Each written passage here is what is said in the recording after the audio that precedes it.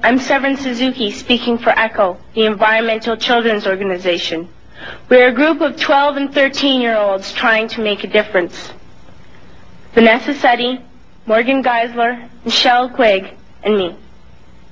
We've raised all the money to come here ourselves, to come 5,000 miles to tell you adults you must change your ways. Coming up here today, I have no hidden agenda. I am fighting for my future. Losing my future is not like losing an election or a few points on the stock market. I am here to speak for all generations to come. I am here to speak for the countless animals dying across this planet because they have nowhere left to go. I am afraid to go out in the sun now because of the holes in our ozone. I am afraid to breathe the air because I don't know what chemicals are in it. I used to go fishing in Vancouver, my home, with my dad, until just a few years ago we found the fish full of cancers. And now we hear of animals and plants going extinct every day, vanishing forever. In my life, I have dreamt of seeing the great herds of wild animals, jungles and rainforests full of birds and butterflies. But now I wonder if they will even exist for my children to see. Did you have to worry of these things when you were my age? All this is happening before our eyes, and yet we act as if we have all the time we want and all the solutions. I'm only a child, and I don't have all the solutions. But I want you to realize, neither do you. You don't know how to fix the holes in our ozone layer. You don't know how to bring the salmon back up in a dead stream. You don't know how to bring back an animal now extinct. And you can't bring back the forest that once grew where there is now a desert. If you don't know how to fix it, please stop breaking it.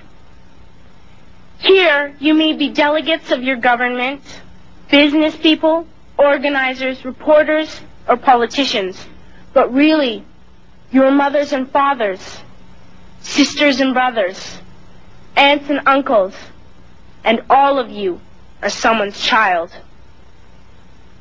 I'm only a child, yet I know we are all part of a family, 5 billion strong. In fact, 30 million species strong. And borders and governments will never change that. I'm only a child, yet I know we are all in this together and should act as one single world towards one single goal. In my anger, I am not blind, and in my fear, I am not afraid of telling the world how I feel. In my country, we make so much waste. We buy and throw away, buy and throw away, buy and throw away, and yet northern countries will not share with the needy. Even when we have more than enough, we are afraid to share. We are afraid to let go of some of our wealth. In Canada, we live the privileged life, with plenty of food, water, and shelter. We have watches, bicycles, computers, and television sets. The list could go on for 2 days. 2 days ago, here in Brazil, we were shocked when we spent time with some children living on the streets. This is what one child told us. I wish I was rich. And if I were, I would give all the street children food, clothes, medicines, shelter, and love and affection. If a child on the streets who has nothing is willing to share, why are we who have everything still so greedy? I can't stop thinking that these are children my own age, that it makes a tremendous difference where you are born. That I could be one of those children living in the favelas of Rio. I could be a child starving in Somalia, or a victim of war in the Middle East, or a beggar in India. I am only a child, yet I know if all the money spent on war was spent on finding environmental answers, ending poverty, and finding treaties, what a wonderful place this earth would be. At school, even in kindergarten, you teach us how to behave in the world. You teach us not to fight with others, to work things out, to respect others, to clean up our mess, not to hurt other creatures, to share, not be greedy.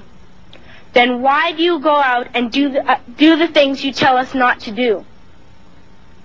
Do not forget why you are attending these conferences, who you're doing this for. We are your own children.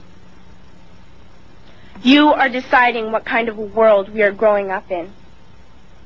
Parents should be able to comfort their children by saying, everything's going to be all right. It's not the end of the world, and we're doing the best we can. But I don't think you can say that to us anymore. Are we even on your list of priorities? My dad always says, you are what you do, not what you say. Well, what you do makes me cry at night. You grown-ups say you love us, but I challenge you, please, make your actions reflect your words. Thank you.